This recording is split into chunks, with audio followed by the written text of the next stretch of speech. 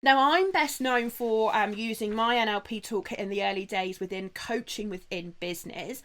Now, as you're probably familiar, there's all sorts of types of coaching, from business coaching to wealth coaching, health and fitness coaching, relationship coaching, you name it. Coaching appears in pretty much most contexts these days. My background was using NLP in business coaching and executive coaching. For me, NLP is very much the technology of coaching. If you've ever seen me on any of the other courses, you'll have heard my rant about coaching. Listen, I think coaching is great. If you compare coaching versus the old command and control style of leadership, then oh my goodness, is coaching better, because it encourages people to think for themselves. But the limitation with traditional coaching is that it works with the conscious mind only predominantly, whereas NLP coaches using the conscious and the unconscious mind. But there are essentially, for the purpose of now, two parts to your mind: your conscious mind and your unconscious mind. Think of conscious as your logical thinking mind, and think of unconscious, just for now, think of that as your habits, your emotions and memories, things like that. And traditional coaching attempts to solve unconscious problems with conscious thinking. Whitmore here, known as the godfather, if you like, of coaching, says coaching is about unlocking a person's potential to maximize their own performance. It is helping them to learn rather than us teaching them.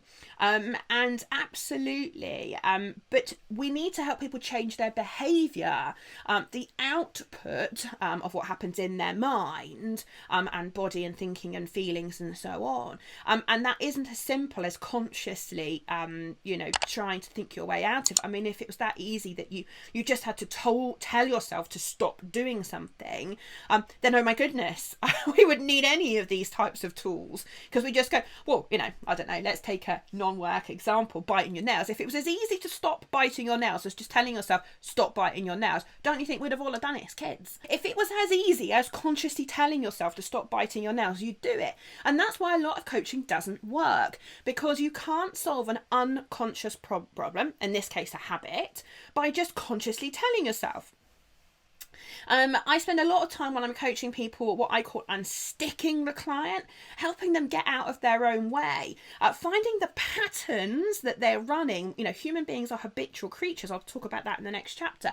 And to stop those patterns. We know that outcome is not the outcome we want, but we can't help ourselves still do the same thing we've always done. But if you've always do what you've always done, you'll always get what you always got. And so you have to if you want the output to change, you have to change the input, right? You have to think differently. You have to do things. You have to behave differently. And that's what I spend a lot of time talking about. Now, NLP coaching, which is obviously something that we also offer here, we have specific qualifications in NLP coaching, uses the conscious and the unconscious mind.